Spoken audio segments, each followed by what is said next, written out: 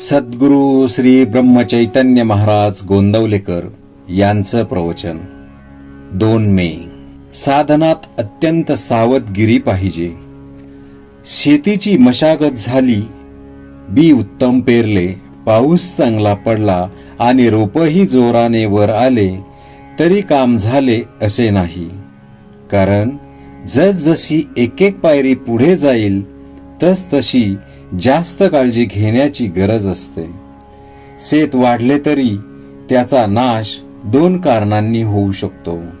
एक म्हणजे गुरेढोरे शेतात घुसून नाश करतील, किंवा दुसरे म्हणजे कीड पडून किंवा टोळधाडीसारखा काही उपद्रव होऊन शेत साफ नाहीसे होईल. यापैकी पहिले कारण थोडे स्थूल आहे तर दुसरे थोडे सूक्ष्म आहे.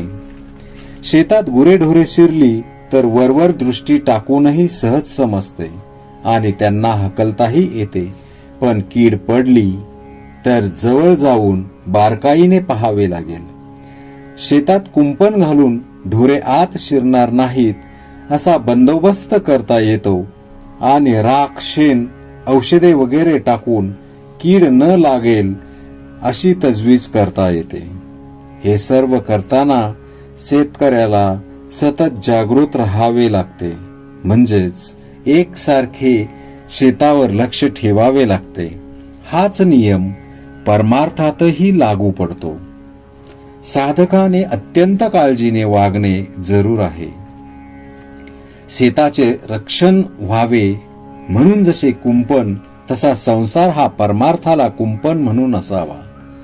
कुंपणालाच जर खत पाणी मिळाले तर कुंपणच शेत खाऊन टाकते. तसे न होईल इतक्या बेताने संसाराला खत पाणी घालावे. शेताला कीड लागली की काय हे जसे बारकाईने पाहावे लागते, त्याप्रमाणे आपली वृत्ती कुठे गुंतते की काय याकडे बारकाईने लक्ष असावे.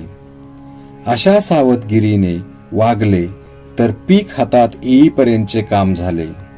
पण पीक हातात आले, आता काय काळजीचे कारण असे म्हणून भागणार नाही. पीक हातात आले तरी त्याची झोडणी झाली पाहिजे. पुढे दाणे दास्तानात जपून ठेवले पाहिजे, नाहीतर उंदीर घुशी धान्य फस्त करतील. नंतर पुढे जरूर लागेल तेव्हा ते काढले पाहिजे. काढताना सुद्धा दाना फुटणार नाही इतक्या बेताने ते काढले पाहिजे. अशा तऱ्हेने आरंभापासून शेवटपर्यंत अगदी जागरूकतेने वागले पाहिजे, तरच साधकाची शेवटपर्यंत तग लागेल. नाहीतर मध्येच निष्काळजीपणामुळे आणि सर्व काही हाती आले अशा भ्रमाने वागले तर प्रगती थांबेल. अशी उदाहरणे फार आढळतात. म्हणून अतिशय सावधगिरीने वागावे. जो साधक प्रपंचामध्ये असेल त्याला प्रपंची लोकांच्या संगतीत राहावे लागणार, पण त्याने फार सांभाळून राहायला पाहिजे. आपली वृत्ती केव्हा बदलेल याचा नेम नसतो. खरोखर परमार्थ ही कठीणच शिखर आहे. शिकार अशी मारली पाहिजे की आपल्या मीपणाला मारून आपण जिवंत राहिले पाहिजे आणि आपल्याला नको तेवढेच गळून पडले पाहिजे. सावधानता ठेवून नाम घ्यावे. नामाची सतत धार धरावी, म्हणजे ते कृतीपर्यंत पोहोचते. श्रीराम जय राम, जय जय राम.